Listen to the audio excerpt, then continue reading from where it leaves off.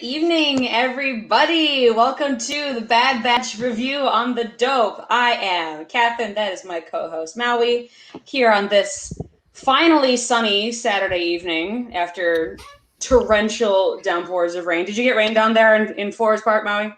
Yes, a couple streets over. So we ordered Mexican food tonight off Grubhub, and Dang. they had to like walk here to get the food No. to us because they couldn't get their car past like a street a few blocks over. So they had to like walk like 4 or 5 blocks to bring us our food. Are you kidding me? Yeah. Oh boy. Yeah, I had a voice lesson this morning and it looked gray, so I brought in the umbrella into my voice teacher's house. And by the time I got out, the sidewalks were flooded. Like my shoes Mm. got so wet on my way back to my car. But we are here to talk about the Bad Batch, episode 9. We are in the back half of the Bad Batch. Bounty Yes. lost, and the stakes are starting to ramp up just a little bit more. We're getting a little bit more secrets revealed in the plot about Omega. And I'm going to run this episode a little bit differently. And Okay. yes, major spoilers. Yes. Oh my goodness. Oops. Please. Clicked the wrong thing. There we Oh, go. well, that's fine. But before I explain how I'm going to run a bit differently, I want to ask you, Maui, what was your general opinion of this one? How did you like it? I loved this episode. Okay. I freaking loved this episode. Yeah, I thought it was really strong. I was happy to get so much more Cad Bane. Mm-hmm. Happy to have Finnick back. Mm-hmm. Yeah, overall, I was super impressed with it. I mean, it was mostly.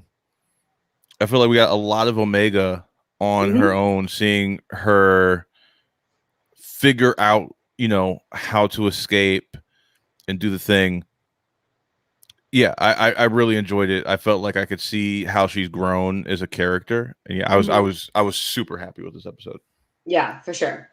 The reason why I ask, and the reason why I might be running this one a little bit differently, is that I thought, as much as I did like seeing more Omega, as you said, like of course I'm a big Cad Bane fan. Like that Fennec is back. Like that we get more insight on the Kaminoan plot vis-a-vis Omega. I thought there were a lot of points in this one, especially plot-wise, that were really sloppy. And normally we go through this episode. For those of you who are joining us for the first time, welcome. Normally we go through each plot beat of the episode, and I'll ask, what did you think about so-and-so, or did you realize this lore bit? A lot of the questions I have today about this episode are like my issues with how this one panned out. And again, I didn't dislike it. Again, there's a lot to love about this episode and this show, but and I'm not the type of person who will sit and pick apart a piece of media and be like, oh, this wasn't exactly correct. Like I am the type of person that can kind of, put all that aside and really enjoy. But there were a little too much for me, especially as it pertains to canon that is established in other Star Wars media, especially recent Star Wars media. So that's where I wanted to lay that little foundation before we really got started today.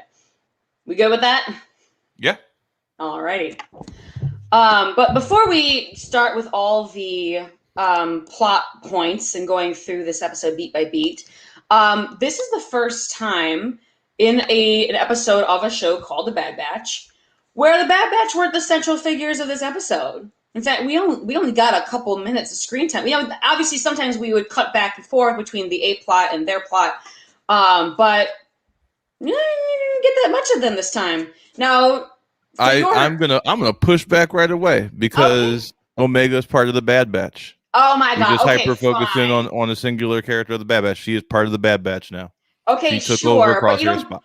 Sure, but you don't get them as a group very much in Right. this We don't get the episode. group. We get Right, you don't get the group. we get Did a you? Bad Batch member. Yeah. Right. Did you appreciate that little break, or did you kind of miss them? I did actually appreciate the break. I appreciated Mm-hmm. being able to hyper focus in on one of them. Um, I've been stating for a while, like I've been waiting for the focus to shift. I feel like the past two episodes, I've felt that shift in focus, so that it's not just the Hunter show. So I Yeah. do appreciate that very much.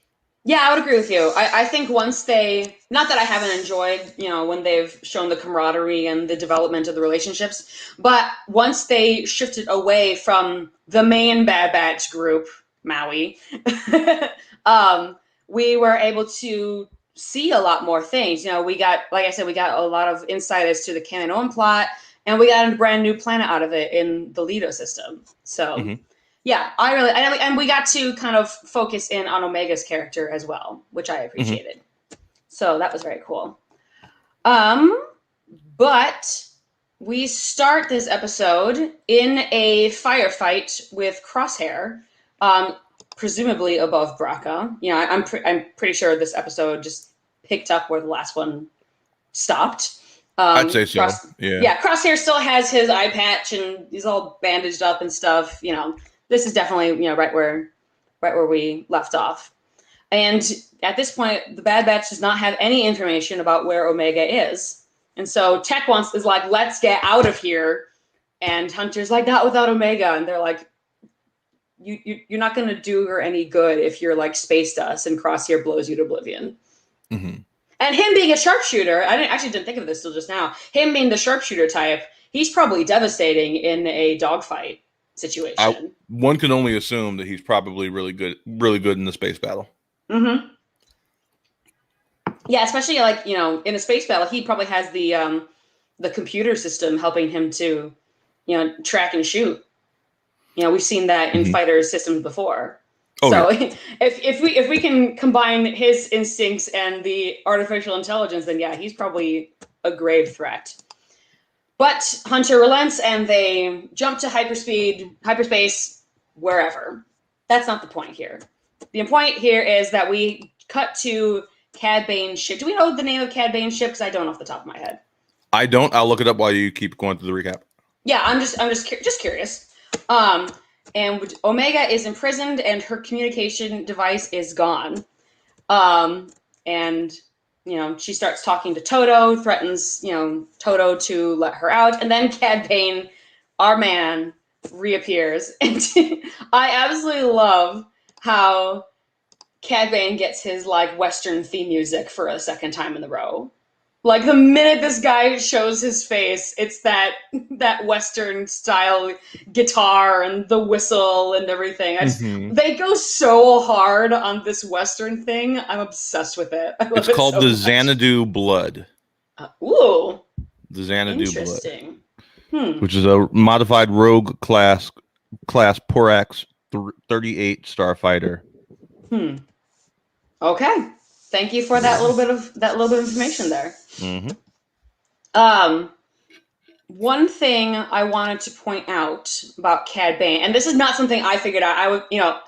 I've mentioned before that I really tried to not listen to any other opinions or voices about these episodes before you and I got the chance to go over them, because I don't want my perspective to be tainted by what other people have to say. I want, this to be my actual thoughts.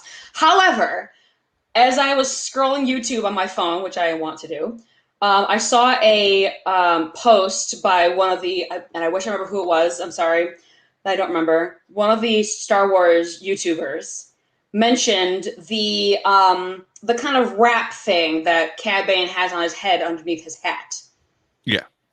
Because, and the reason why that is significant in this case is apparently when Clone Wars got canceled initially, there was supposed to be an arc where Cad Bane and Boba face off, presumably in another Western style shootout like we always get. Hmm. Um, and Boba shoots Cad. Now it's unclear whether or not he dies, but in this alleged shootout, Boba shoots Cad Bane. Now, Yeah. this person was alleging that on the wrap, if you look at it real careful, there's like a spot like right here where there's It's a like a metal. Yeah, patch. there's a metal plate. There's a patch or something, yeah. I don't know what Hmm. it is exactly. And they're like, hey, has this face off with Cad Bane already happened? Yeah, I've heard that as well from Oh, you did. Star Wars Explained. That must be Alex him. Damon pointed it out in his review. Mm. So that must Yeah, be his post that I saw, because and I I don't and I remember which one it was. and I definitely trust Alex Damon. You Yeah, he know, knows his he was the stuff for sure. reigning Star Wars champ, or was the reigning Star Wars champ for 3 years in the movie trivia showdown. 3 years. For 3 years, he was like I think he had lost like one or two matches before he got the title, but once he got the title, he held on to it for almost 3 years before he was beaten by Dang. another Star Wars YouTuber, Andrew DeMolanta. Wow. That's so So yeah, cool. I did not know that little so bit. I trust him. Yeah, I Okay, follow a lot cool. of the Star Wars YouTubers. So Yeah, and so on my second viewing after I knew about this little tidbit, when I was watching again, I noticed how many times you see it. You see it at least 3 times. Like I think they're really trying to draw attention to it. At least that's how I yeah, looked at it. I I'd mean, say so. Just little visual clues to kind of let us know where we are in Cad Bane's timeline. yeah, Is yeah. what I take from that. Yeah. And so, and this is not the. I mean, not to step on future points here, but this is not the last time we have a boba reference in this episode either. Right. Yeah. So, so very, very That's the interesting. part I'm most interested to talk about.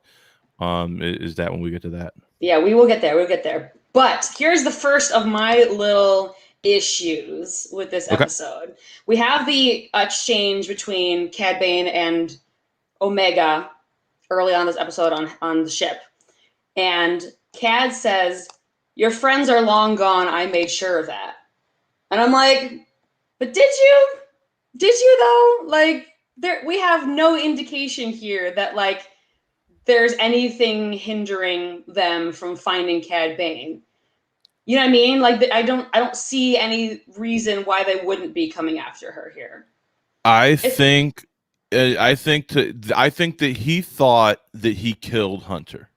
okay, but I thought that that's what that was. Your friends are long gone. I think he thought that Hunter was dead. fair. But is he not aware that there's more than one of them? I don't think Cad is the kind of guy to go into a situation like this without knowing what the hell he's getting himself into. Yeah, one would assume he would be aware that there were more of them. Technically speaking, I think we only see him encounter Hunter. It's a Sure, it's a it, I will say that the line does hit a little weird. it is a bit weird. It is a bit weird. Well, Yeah. also, let's talk about Hunter for a quick second because he gets shot in the chest. I Yes. don't. Yes, he has armor on, obviously, but like nothing comes of that. Yeah, he's a little bandaged up on their ship when you see them, but like for a guy that just got shot in the chest, he looks pretty okay. I thought at least there'd be some consequence. That's what bothers me is the lack of consequence that came out of this encounter. Yeah. It seemed like he was pretty okay after a scene or two. Like, we checked back in with the Bad Batch a couple of times, and by like the second or third time we checked back in with them, he seems to be completely fine, Right. And which I thought was weird. yeah, I mean it really felt plot armor-y Hmm. in my opinion. I think I this don't is more know. indicative of the fact that we only have 16 episodes. Only. That's 16 episodes is quite a few episodes, but they are only a half hour long. I will give you that. Right. 16 half-hour episodes. I think if you have like a full 20, 26 episodes or whatever they would do for a full season of animation, Yeah. you would have more time to explore that. I think they just don't have the time to dwell. In Mike, so I one of our viewers, I went to see F9 with him yesterday, and we were talking Hmm. briefly about Bad Batch, and he mentioned how quickly something gets resolved in terms of who Finnick's employer Yeah. is, and how quickly that gets resolved. I it does feel a bit rushed. Yeah. It feels like they don't have time to kind of sit with these choices. Sure. You Yeah, know, but sure, but in this particular instance, vis-a-vis Hunter, as much as I love Cad, I don't care if he's been that successful until we see him do this mad confident. That's true. he is more confident than his success rate suggests that he should be. But again, I think we don't see. He's like the chauffeur of Star Wars. I'm sorry. Les Mis is my favorite musical, so that really just tickled me pink. I love that so much. You never You actually. need to meet Gavin. Yeah, Oh my you and Gavin would god! vibe so hard. Gavin Oh, I can't wait. is a wonderful human. I love them. That's awesome. But anyway, the reason why I'm a little bit bothered by that is that shooting a main character in the chest seems to me like it should be a bigger deal. That's Yes. not a card you should be able to pull lightly. Yes, and it felt like a bigger deal than the previous episode. It I would did. It was definitely very give you that. dramatic. Hmm. Right, it was very dramatic. I mean, he shoots Hunter and then he's able to stun Omega and take her. So it's like if he's shooting to kill, Cad Bane is going to shoot to kill. Yeah. He should not just be able to like brush this off. That bothered me a little bit. Would you have rather had him unconscious for this episode and like while the batch is trying to find Omega, they're also fighting to keep Hunter alive? I think Ooh. that could have really ratcheted up the tension and maybe like Rucker's like, no, we have to find Omega and uh and Tech is like, no, we need to take care of ourselves. We've like kind of gone too far. And Echo is kind of like torn in the middle, right? And then like they're Right. like, for all we know, she's already back with the Kaminoans. You know, they already have her.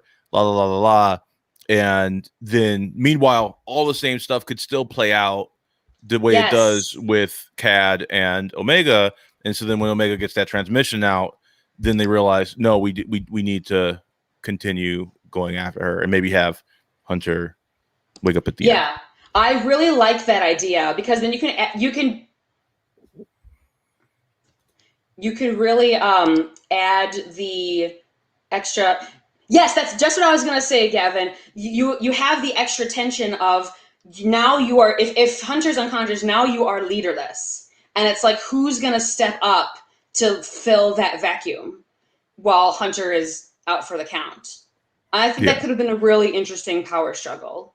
I think I think that like that tiny fix, just like take Hunter out of the equation, I think would fix a lot of those like maybe the issues with that you're having with this episode. Because I will Yeah, agree that the Bad Batch stuff like specifically sits weird because it does kind of just gloss over the fact that this man was just shot in the chest like hours before. yeah, yeah. But there is more to come in terms of my quibbles with this particular episode. Fear not. Mm-hmm. I Um, 100% agree, Gavin, about yes, fully competent trooper before all of yeah. this. Yeah. Although I think maybe this is on its way because we still have quite a few episodes before we get to the conclusion. But I think it would be a really interesting episode to have an Echo centric episode in the future where he kind of grapples with how his bodies and his abilities have changed since being an ARC trooper. You know, Yes. obviously he's able to do a lot different things now that he's got his robot arm and so on and so forth. But I'd be curious to see how he grapples with that on a psychological level. Mm-hmm. Mm-hmm. This doesn't really seem that kind of show. It seems a bit more gunslinging and great. And that's great. You know, we love it, of course. But it'd be cool to see like a more introspective episode about Echo.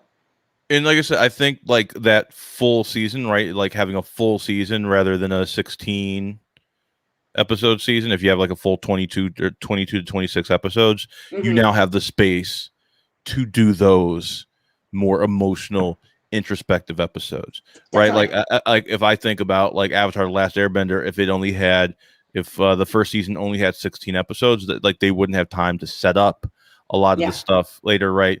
To show Aang being freewheeling, Mm-hmm. so that when they find out what the overall plot is going to be, driving it forward, and he realizes, oh, like I have a time limit, like it hits harder because we've lived with him for a little bit. We understand what he wants to do, his wants, his desires.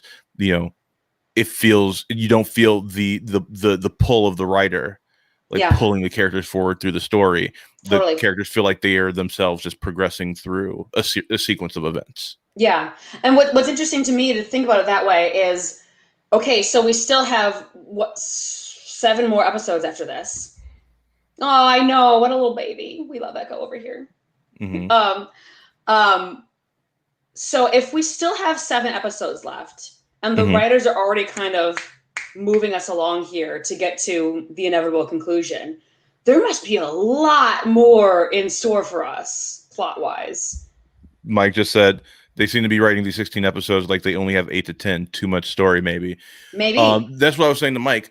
If they're revealing who Fennec's employer is this quickly, right? If that's just not like hanging thread, like obviously they have to clear space for something else. Right. So I'm like, not. what else is happening right now? Right. I'm not. Yeah, I'm not super bothered that we already know who Fennec's employer is because we've already had one episode with her, so that's already Mhm. been kind of dangling over our heads for a few episodes now. I don't feel like Mhm. it's that. If they reveal when we first saw her, then sure. But it's Mhm. been, I think, 3 episodes since we saw Fennec, so like, eh. But my guess is that because we know it with 7 episodes to go, that's going to come into play sooner rather than later. Yes and no, because it's been a few episodes, but like we've only seen her twice, Sure. right? And like we Yeah. already like reveal who's behind that pretty quickly. Right. I feel like pieces are being moved very quickly into place for something larger. Sure, but like I said, it would be my hope that because they revealed it so soon, that it would be for a good reason. That Hmm. is okay. I might be wrong, but that would be my preference at Yeah, least. same. Cool. So we get Bane in the cockpit after talking to Omega, and he sends out a message to the Kaminoans. And it is revealed that Lamassu, the Prime Minister of Kamino, is the one who hired him. And he is on his way to exchange the girl for a big old payday.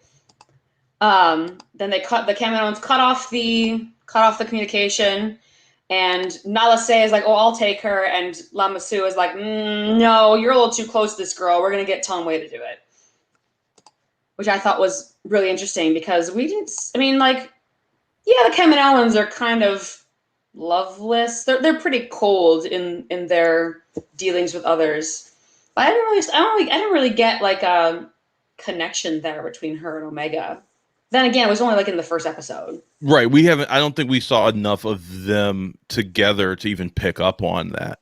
Right.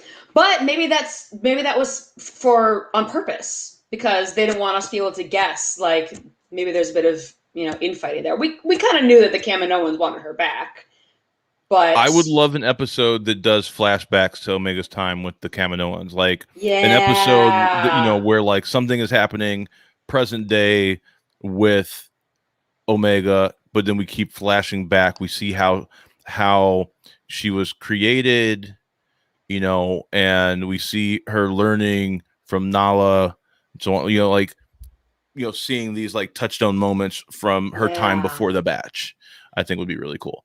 yeah. I think. Oh, Gavin let's see. threw out something real quick. Some people speculate the first extra long episode counted as 2 or 3 out of 16. I also wonder if they'll have a multi-part finale or do an extra long episode like the debut. I think that they could certainly benefit from that, Gavin. I And then think so also too. said maybe Nala's more connected to Omega as her asset, grades creation more than sentiment. Yeah, I mean the words. Sometimes when things seem really interesting to get the exact, or seem important to get the exact wording, I'll write down the exact quote. And the phrase Lamassu uses vis-a-vis Nalase and Omega is Nalase has personal interest in Omega, and by the Mm-hmm. personal is an interesting word choice because personal to me says more of an emotional connection. So I think it'd be, I mean, if that's true, or even if that's not true, it'd be really interesting to get that that backstory like you just described. Partially just to see what it's like, but also we don't see Kaminoans form those kinds of bonds, at least at this point in the development of the canon. So it'd be like, well, are Kaminoan, do they form friendships or relationships, or how does that work? And if they do form friendships, what does that look like?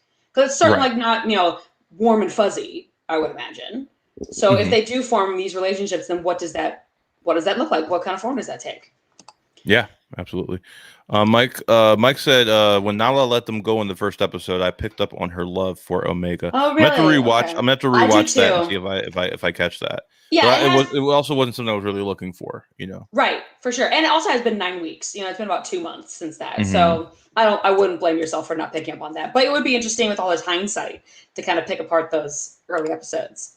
Yeah. Um, but anyway, speaking of the early episodes, there was the plan the Kaminoans have for Omega at this point are to get her back, capture her DNA, and then kill her. At least Lama Su's plan for her. I guess we shouldn't bunch all the Kaminoans up in this particular instance. Hmm. This is where I have a bit of a problem because at the beginning they give the excuse that Jango Fett's DNA sample is starting to degrade, which I guess makes sense because they've probably gone back to that well so many times. Hmm. My issue is twofold. The first is that okay, if Jango Fett's sample is starting to degrade, can't you just get it from literally any clone?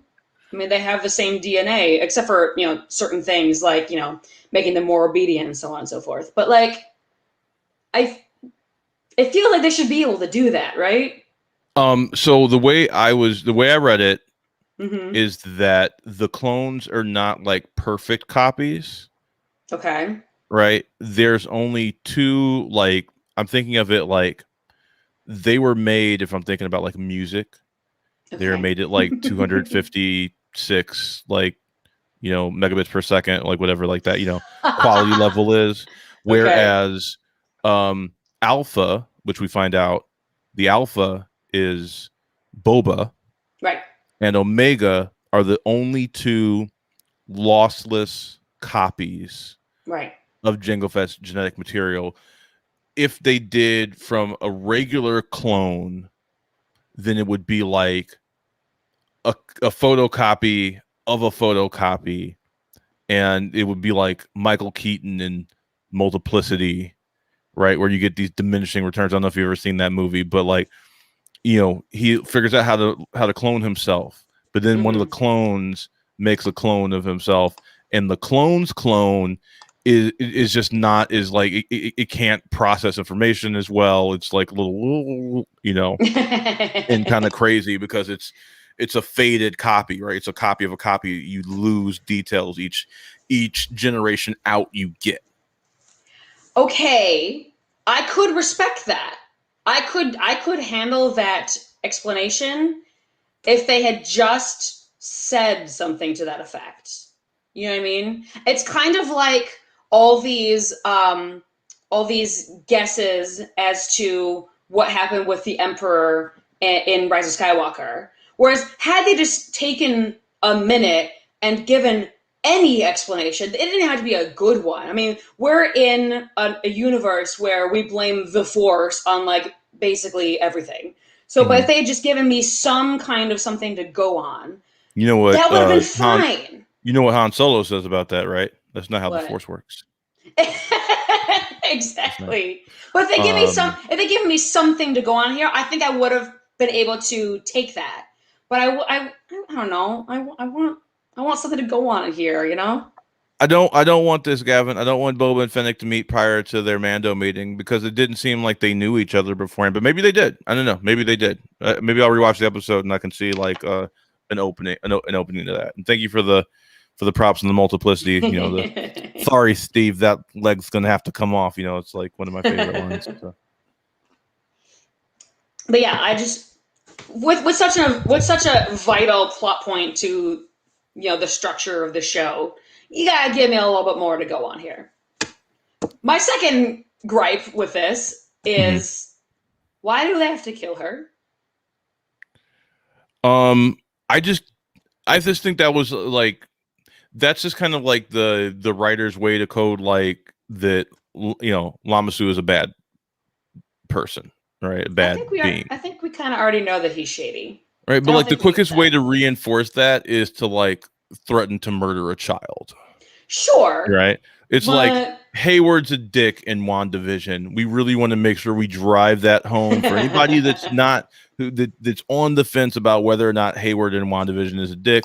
We're gonna have Hayward shoot at some children, right? sure. like I get sure they're that. like fictions of Wanda's imagination, but ultimately he's shooting at kids.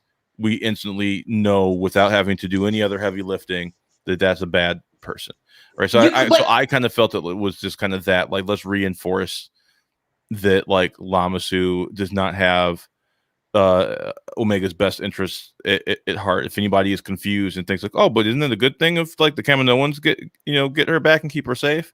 No, it's a bad thing.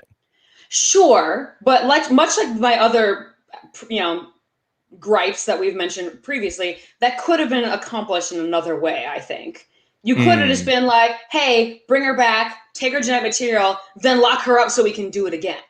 Mm-hmm. You know, it Mm-hmm. does them no good whatsoever to kill her. It Yeah. even in the Mandalorian, when they captured Grogu and gotten the genetic material they needed from him, they're like, and Mando comes to save him. They're like, yeah, take him. We got Yeah. what we needed. We're good. Um, Mike, I would agree that it is the easy choice, right? Is it, It is the easy choice. just making Llama overtly evil is the easy choice.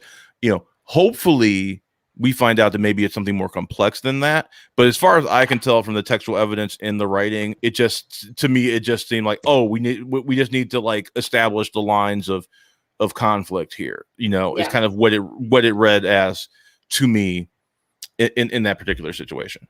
Right. Well, then we get the scene with the Bad Batch where they're like, why are all these people after her? And Tech's like, oh, I know why. Just like I knew this. It's like you think you could have handled that situation a little bit earlier, Tech. Mm-hmm. That seemed a little too convenient. And I don't mean to like pick apart this episode. It's just like the little things that like kind of snagged at me along the way, you know. Mm-hmm. Um, but also, I'm going to go back to the whole Omega, being a perfect clone. We do know that she's female, right? Like, how can That's she be what a I was perfect Jango? thinking. Yeah, how can she be a perfect Jango Fett clone if she doesn't have the same body parts as he does? Like, Right. Wouldn't doesn't she be exactly the same as like when we saw young Boba? right? And again, when we mentioned this before, we mentioned this in our review of the first episode. I don't care normally that Deus as Tech, right? Deus as Techina. But anyway, as we said in the first review, I don't care that you added a young, plucky female character. I think that's great. Where I have an issue here is that her being female does not make sense with the main plot of the show. Mm-hmm. You know what I mean? It's like, why mess with that? I don't know. I get it. Like without her, the Bad Batch is a sausage fest. The Right. only female character left would be, Nala Se and Fennec and Sid, none of Maybe. whom I'm not. are, I yeah, mean, Sid seems to be coded female, but I don't know that yeah, like we have a confirmation about. sure, I sure. think I think they do use she her pronouns with Yeah, I'm just going off of Sid. Sid's voice actress is a Right. woman. Rhea Perlin. Yeah. Yeah, buddy. So I don't know Cause that whole scene with Tech seemed a little too convenient for me. It's like right at the yeah. right time. He's like, I analyzed her gender profile. I'm like, you couldn't have told us this 2 episodes ago, sir.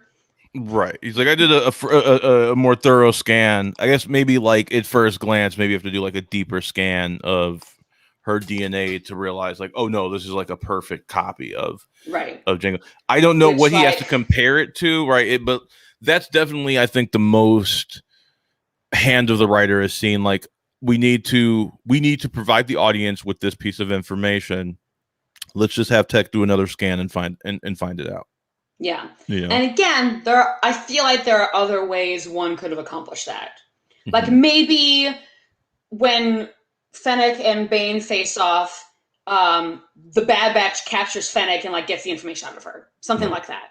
There are other Or ways that one obtain a could have gone data about that. stick that reveals something called Project Omega Right. and or Something. Project Alpha. Okay, so Project Alpha was Boba. Wait, so if Boba was Alpha, then oh my gosh, Omega is another perfect clone. They Yeah. piece it together through detective work or something like that. Right. Or they Mhm. could have like guessed that, and in a later episode, it's revealed that their guess is correct. Yeah, Yeah. Again, there are other ways one can go about these things. fair, fair. But that brings us to Boba. I know Hmm. you wanted to talk about this. I mean, we're getting a lot of Boba Fett hints, man. I feel like we're gonna see him in this show. Probably. I mean, so, and I think we actually touched on a lot of like my questions Okay. about the Boba of it all and the like the lossless copies. I think we discussed a fair amount of that. But I do wonder, like, are we going to get Boba? Like, it seems like Bad Batch is going to be cameo of the week every week. Like, we are going to get a character from the larger, Clone Wars, Star Wars universe each episode, as opposed to creating new characters for them to encounter. It seems like that's going to be, you know, the norm from Yeah. here on out. So, it, to my mind, at this point, it's only a matter of time before they, you know, introduce Boba into the mix. Right. Which, hey, if that's the way they're going, there are a lot worse characters they can bring back than Boba Fett. Right. And But also generally there's a big gap. I mean, as far as I know, in the canon, there's a big gap now between when he's in the animated show versus the original trilogy. It's like Mhm. there's this big old hole in his story that needs filling. Right. And my other problem is, which is my problem with all of these like kind of like backfill parts of the universe, is when we get to the original trilogy, where are all of these people? Yeah. Yeah. Right? Like, where's Omega? Where's Hunter? Where's Tech? Where's Echo during the original trilogy? Like, Yeah. are they all fated to die, or are Mm-hmm. they off in another part of the galaxy doing something else? You know, that's how I felt about Rebels. I love Rebels, but like I was like, what does this mean? And they've even like inserted, you know, little sight gags into like the sequel trilogy to show Yeah. that like the rebels, some of the She's rebel crew is still here. around, right? Yeah. Oh, here's the ship. Here's Yeah, there's the ghost. there's the ghost. There's what's their droid's name? Cutter, Chopper. Chopper. Chopper. Thank you. Like it's like cut chop something like, yeah. Yeah, close enough. Right. Yeah, it's actually really funny. This reminds me. I feel like most of these accounts would justify by accounts there is there for Boba.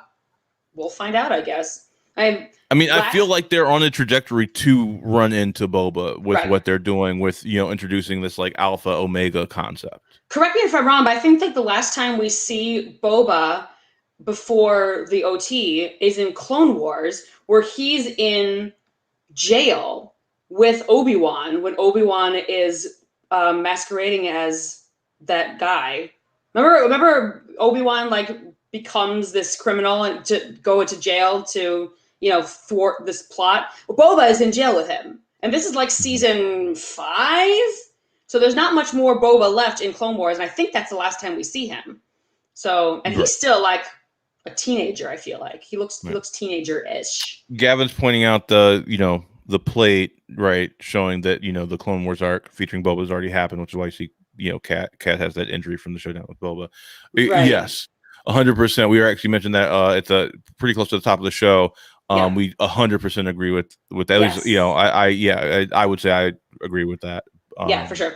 For For sure. sure. They reference it quite often. Hmm. Yes, it's actually really funny. Your issue with where are all these people during the original trilogy?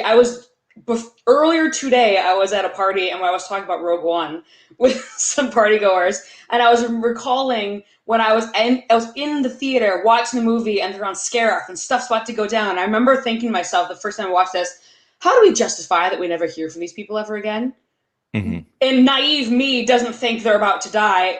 The first thing I think of is, oh, they go fuck off to a planet somewhere, and just I don't know, do other stuff. And Yeah. then they start to get picked off one by one, and I'm like, oh, no. So I don't know, maybe yeah. And there's another question: if the Bad Batch are made differently than the other clones, or they're not as obedient, and so on and so forth, do they still have the growth acceleration? Are their lives going to be shorter because of their status, or will they live longer? I mean, yeah, I guess that's a good point. Like maybe they just die before we get there. But like, isn't Yeah. there like some hint that like Rex is like in the background, so like in one of like the ships in something or another? When Like I would. I don't know. I just feel like that's like a piece of information that I've heard at some point that like because they're always inserting people that we've imprinted to in these more like extended universe Right. things and inserting them. You know, like the Rebels crew, for example. Like, you know, have we seen anything like that? Okay, here we go. Rex is arguably at the Battle of Endor. Who he's pretty old by then, y'all. I don't know about that You know, personally. With any, with growth acceleration, you yeah. have to always take that into account. I would love that. Question: Believe me, I love Rex. I don't want him to ever die. Does so if But Omega's a perfect copy like Boba, then likely they haven't messed with her, you know, DNA. So there's probably no growth accelerant factor sure, in yeah. there. So If she's where is a she? perfect copy. Right? Does she just get like to have a nice life somewhere? You know, Right. it'll be Or interesting. are they going to bring her back maybe in live action? Maybe in we get Omega Boba encounter in the Book of Boba Fett, I'm getting or a call from Gavin while we're Gavin, live. man, my man. What is happening? We've never had a guest on this show. Yes.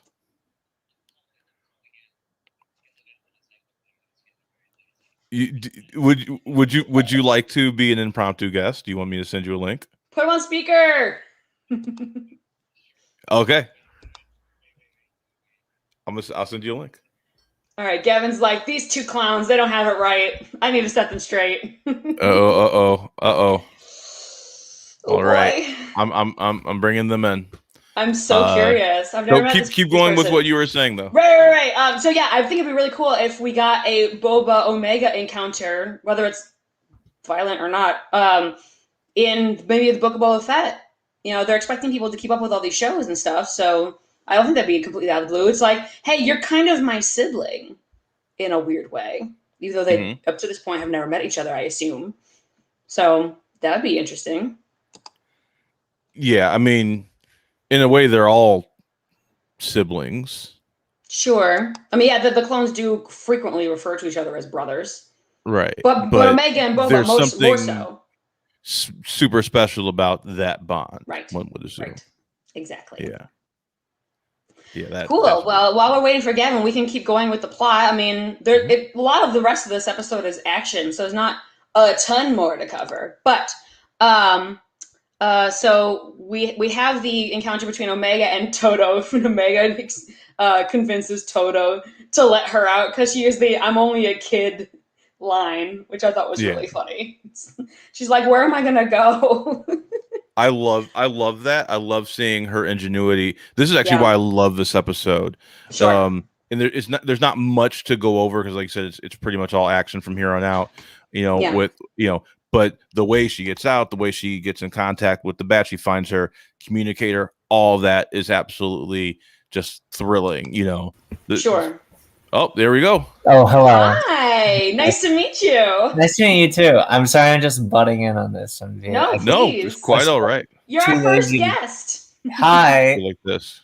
I was feeling too Love lazy to this. type, so I just wanted to call in. I love it. Welcome. Center yourself in the camera, love. No, I refuse. You're gonna have to deal with this. Hi. Center yourself in the camera, please, love. I'm gonna do my best. I'm lying down right now. I just got done with a cross country drive, so Ooh. Mhm. Wow. That's a long way. But I didn't want to type all this out because I was feeling lazy. But so there is one dude in the background of the Battle of Endor who has the bushy white beard of Rex. You see this when Han Solo counter ambushes the stormtroopers, and then there's that big crowd of rebels there. And I think in the Rebels episode, it's in the finale, it specifically says, Rex made it to the ground on the Battle of Endor. And Filoni has once confirmed that the dude with the bushy beard is sort of being retconned into being Rex, but then backtracked it, saying you can fill that in your head and think that, but I felt bad about taking away from that actor's previous involvement in Star Wars to just plant Rex in there instead. That's fair. But yeah, so it's an interesting timeline. But yes, you're correct. Also, he would be like freaking 80 by that point. So old. Right, with the growth accelerant, he would be the equivalent of like an 80, 90-year-old man by that point. I kind of hope that the Kaminoans are kind of smart enough to have implemented this, but I also sort of imagined I headcanon like clone aging to be sort of parabolic, like it is rapid in the beginning as they need to mature, but once they are matured, it starts like going back to like a more normal rate of acceleration. Oh, Like okay, once they okay. get to like retirement age, Right. or Or maybe something, they get just to like live out the rest of their days, or yeah, or maybe Yeah, just because but of the that doesn't. medicine in Star Wars, life expectancy is better for humans. Who knows? Yeah, but that really wouldn't explain why. I mean, Rebels is not that far after the Clone Wars, Mhm. but he's already so old by then. I mean, he's bald and he's got that beard and he's fat and he's Sure. he's not an fat. older He's thick guy. though. He thinks no. We stand. We love Rex. We love Rex in all his No, forms. no, I no, think- no. I don't want to fat shame Rex. I love him. No, I That's love gonna him too. be No. how old is I meant Tamora Morrison? comparatively. I meant comparatively. Tamora Morrison's like 60 right now, and he's also Mhm. bald and like getting And a nice also dad Bay. bod. Nice dad Mhm. bod, yeah. Yeah, So, No, we love. We love. yeah. He had that punch, and he's just like, "Look, see." Mhm. I'll to wear this armor anyway. You can't stop me. I'm Boba freaking Fett. Yeah. So, who knows? I think it's one of those like open-ended mysteries. Sure. Of clone aging, but yeah, I don't know. It would be. I totally interrupted whatever you guys were talking about because I. No, it's So totally fine. we're getting close to the end of the episode, and I think we're just gonna give our overall thoughts at this point. Yes, Catherine.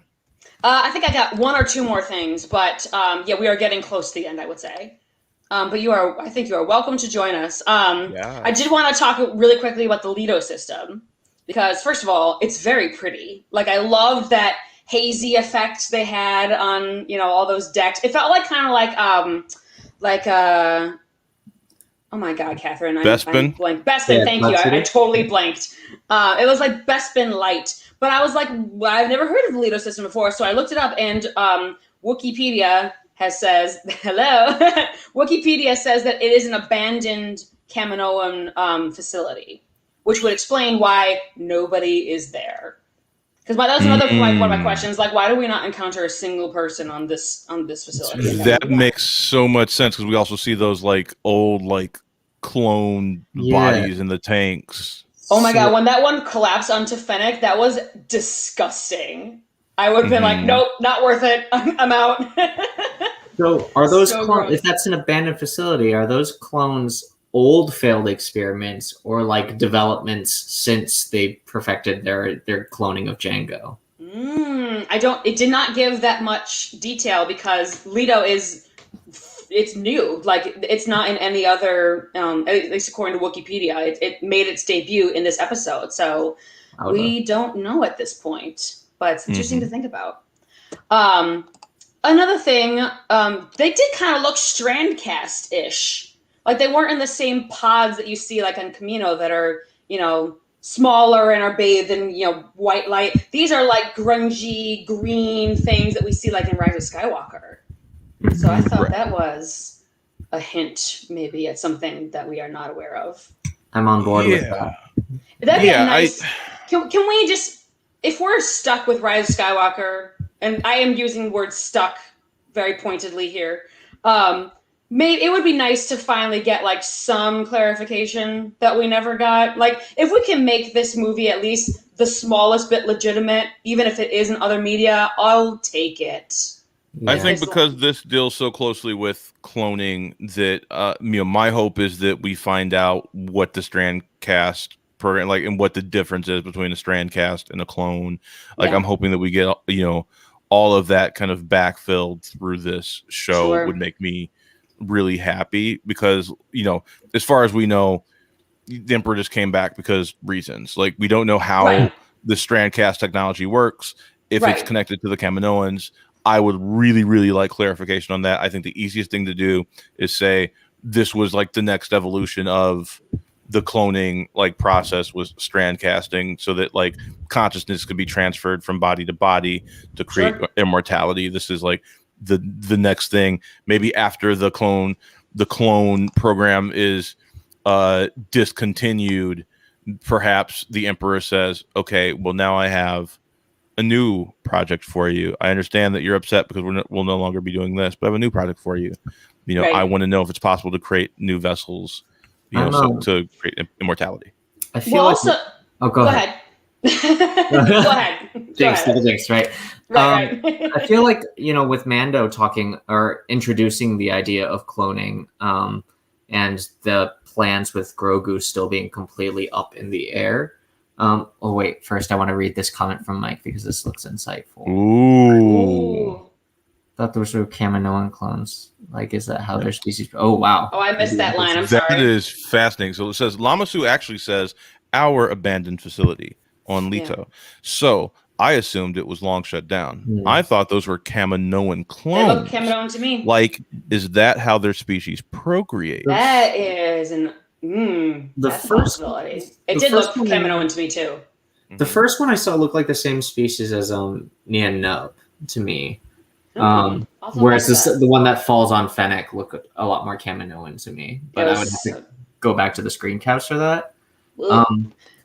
But it does feel like to me, between Mando and this, and even some of what they're doing in the Darth Vader comics these days, like they are actively trying to plot a course for cloning technology towards, I think, some justification of Palpatine being in Rise of Skywalker. Right, and if you are a more casual Star Wars fan, you don't read the comics, you don't watch the Star Wars YouTube channels, you don't read the novelizations of the movies, you have no idea what a Strandcast is at this point. So this would be a way to kind of bring that into the more mainstream Star Wars storylines. So everybody can understand what the hell went on in episode 9. Yeah. Hopefully with the remainder of Bad Batch and there still being unanswered questions about what the Kaminoans are up to and what exactly Omega, her purpose is in the clone, as far as why they made this clone. Hopefully that would be a good opportunity to do that. Right. Well, I know we're getting close to our hour mark, but I do want to go over two more things really quick before we wrap up here. One, we do get confirmation that Fennec is working for Nala Se against Lamasu. But my final question before I want to rank this episode is Omega does a lot in this episode by design because we're not with the main Bad Batch group. But if I can just read off the things that she accomplishes here. She convinces Toto to let her go. She fixes him. She gets a signal out, to the Bad Batch in that Strandcasty room. She collapses the Strandcast tube just using the control panel there. And she uses the flight pod to get out of there. And she allegedly, we don't get real confirmation, but you can kind of assume, allegedly sabotages Cad Bade's engines. That's a lot of stuff for a little kid to know how to do, especially who grew up in more science-y, controlled, situation. If she was if her parents had been, on the run or something where she had to learn all these life skills, fine. But that's a lot of stuff for a kind of sheltered kid to know how to. She had never seen dirt before, for God's sake. I don't really buy that she knows how to do all this stuff. That seemed kind of plot armor-ish. I think the ship was sabotaged by Fennec. Oh, interesting. That's how I read it. Okay. Yeah. But I think all the rest of that stuff for sure. But confirmed. Omega's a Mary Sue. Just this once again. I count this. Why are there women in my star? Oh my God! I'm so angry. No, actually, I really count that more. I count that more as this particular episode was a little bit sloppy rather than Omega's a Mary Sue. Yeah, a little bit. This is moving really fast. My personal justification for that would be just maybe that is something that Jango and Boba are predisposed to do, learning new skills. Because when we first see Boba in the Clone Wars and he's pretending to be a clone cadet, he could do freaking everything, even though he probably hasn't spent that much time on a legitimate clone vessel. Maybe learning the ropes of other things, but he applies that like that. So, but I do think you're right in that this show is showing its hand a little bit too much, and we need to get from point A to point B to point C with every episode, and Omega growing that fast is definitely a part of that. Yeah. Also, we don't know how much time has passed. It seemed like they've been hanging out at Sid's for a while. I would love to know how much time is progressing in between episodes. Yeah. How long has she been training with Batch? You know, but once again, and this I think it can be pointed out is perhaps the shortcoming of the writing that we don't see it and we don't feel it, Yeah. right? And maybe, oh, sorry, go ahead. No, that's it. Go ahead. Okay, like maybe they were trying to like hint at these sort of things where she's learning how to use her like steampunk bow thingy, and she's learning how to disarm bombs, wreckers. Like they are teaching her certain things. I just wish that there was more of a callback to the specific skills that they had been teaching her. It's like, oh, this is a callback to when she learned how to do this thing with this person. Like that would have been more meaningful to me, from a story perspective. 100%. Well, now we have come to the all-important question of if we're ranking these out of 5 stars, and Gavin, feel free to jump into this too, where do we land here? I love this episode. I recognize that it's perhaps a little sloppy, but like the laser focusing in on Omega and seeing her get out of a situation on her own, I very much appreciate that. Even if the execution wasn't like perfect, I do think a lot of the things that she did are totally in line with her character. You know, we already know that she was like, this child genius that was helping work on the on the clones and stuff. Like she's a research assistant, so she knows tech, she knows all that stuff. So it didn't seem too out of character, and then the rest is just resourcefulness and just making quick decisions on the fly. I think a lot of the stuff we mentioned outside of her don't work completely, or at least they don't work yet, and maybe as we get more information we'll be like, oh, Sure, but I'll be watching their career going forward with great interest. So Star Trek, and nice. I will say I will give this episode let's say a 3.7. Okay. Gavin? I feel like my perception of this episode is operating against 2 biases. The first negative one being the one that you guys have been talking about during this episode, and that I realized as I was listening to you speak so insightfully, that there is a lot of writing forgiveness that I have to do. I'm like, I don't completely buy it, but for the sake of the episode, yeah, let's go with it. There's a lot of writer's forgiveness, and that is a negative bias. My positive bias, however, I'm still riding the high of the fact that we have returns to plot after like 4 or so episodes. Just getting to know the team. Preach. Yeah. And so for that reason, I'll give it a solid 4.5. Out of 5? Yeah, I like Fennec a lot, and I like Cad Bane, and I like Omega, so it's a trifecta. Yeah. Great. Can we just real quickly say amazing action sequences, the so fighting, good. So good. Like it felt like they really studied Ming-Na Wen's movement. Yeah. And in her voice work, like a lot of times when you hear people doing like the voice work of like fight scenes, it doesn't feel genuine, but she's a very good like grunter, if that makes sense. You can tell she was like punching herself in the studio and stuff like that. Oh, for sure. Yeah. She's doing one of these in the studio. Yeah, which I really appreciate. So like all in the visuals are always top notch. Like this is like this is the apex of Star Wars animation. This is the best looking animation. It's gorgeous. Like the atmosphere on Leto was so well established. I really love that. Yeah. It felt. I don't really play video games. What's that kind of steampunky 50s thing? Fallout? Yeah, maybe. Yeah. Sorry, I got a friend who plays it all the time, and I was like, this reminds me of that thing. Anyway, that was clumsy of me. I kept going back and forth about whether I wanted to give this like a 2.5 or a 3. Because that's low.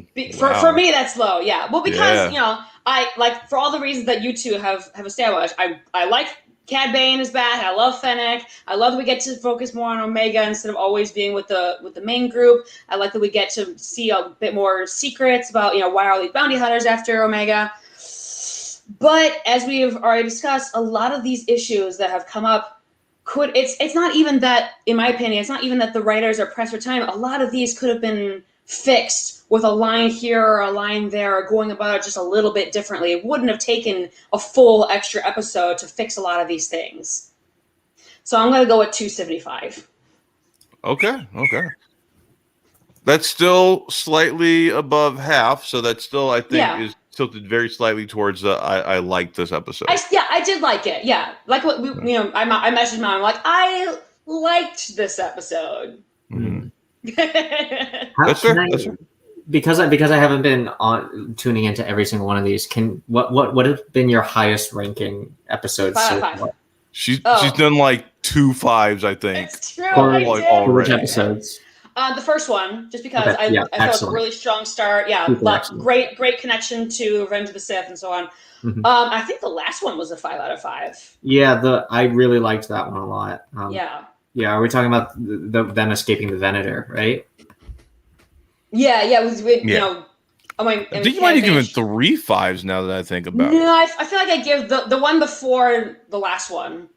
What I think was a 4.5. So we have a shout out here. Laura Mary Kim was Ming's stunt double on Mando and Ahsoka in season 7 of the Clone Wars. Oh, yeah. Not sure if she did mocap for this episode, but wanted to give her a shout out. Yeah, I was wondering if they took advantage of that mocap again because it looked stunning in the season 7 finale. Oh, it looked so good, man. Mm. Yeah, it was a visceral fight scene. Like I freaking loved that fight scene. It's probably my favorite fight sequence thus far on the show was Cad Bane versus Fennec Shand. You felt blow after blow. Like you felt them land every single time. Yeah, there was just something about it. I'm ready for Cad Bane to just one day give up and be like, I'm too old for this. I gotta go. My head hurts. Like I feel like he's too stubborn for that. I don't know. I know his pride is gonna get to him. Mm-hmm. I will say this is I'm happy because this is the first episode where Wrecker did not suffer a concussion. My baby, I love him so much. He's been concussed. You haven't been with us, but I love Wrecker. Wrecker's my favorite. Oh, he's such a sweetheart. I think Echo is my favorite of the batch, just because like that poor boy, he went through so goddamn much. So much. Yeah. Absolutely. All right. Is there anything else we want to go over before we head out here? I think that's it. All righty. Thank you for joining us, Gavin. This was delightful. Thanks. Yeah, I was just interrupting and I was injecting. No, you did great. Once you're settled in your new digs in Cali, so Gavin's leaving us, leaving Chicago, going back home to California. But once you're all set up, we'd love to have you back on for anything right now. And I'll do our plugs real quick. So be sure to tune in Wednesday night. We have kind of a new format that we're doing on the show where we're doing these rankings and having like larger panel discussions. We've been going through the Disney music oeuvre. We've already done villains, and now we've also done I Want. This week coming up, we're doing the top 4 of I Want because things got heated and there was a lot of violence. And good, it was good violence. We had lots of fun. Friendly fire. And we have the last 4 to figure out for that. And then we're going right into, on that same day, we're going into love songs. Mm-hmm. So we're doing the love division. And then the week after that, we are doing showstoppers, bangers, and bops. And so we're going to have larger panel discussions where we discuss and we kind of go through each one and we rank what's at the bottom of this list all the way up to the top. It's a lot of fun. We were doing polls, but Facebook keeps changing how you do things, so we can't get polls up right now.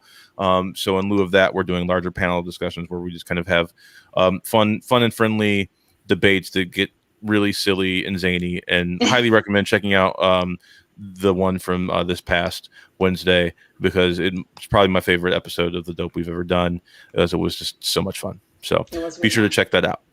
Also, Mike, that is literally why I called Maui. I was just like, I thought I was your Star Wars bitch, but apparently Maui has many Star Wars bitches. So, we'll get you, Mike. We'll get you on. Mike, you've been so loyal. You deserve it. And I plan on having you on not just for some Star Wars talk in the future, but also one of the future panel discussions I want to do is I want to do like the best like 90s songs, like the top. We'll do like the top 10 90 songs of all time, and I want people to bring their top 10 list to the table, and we'll come up with a definitive top 10 list out of that. And I think you'd be really fun to do that with being the musical historian that you are. One more thing I'd like to plug. I am releasing my first book. It is coming out next month. It is called Hi, I'm Ella. It's a children's book for children of color. And yeah, I would love to get it in all of your homes. We have a launch party coming up on the 17th, July 17th, at Fitzgerald's nightclub. So tickets are for sale now. You can find the link. I'll post it on the Dope page tomorrow morning. So check that out. Yeah. This is how we do it, Mike. This is how we do it. This is how we do it. That's my jam. I love that song. All right, that's it. All right, let's get out of here. Bye.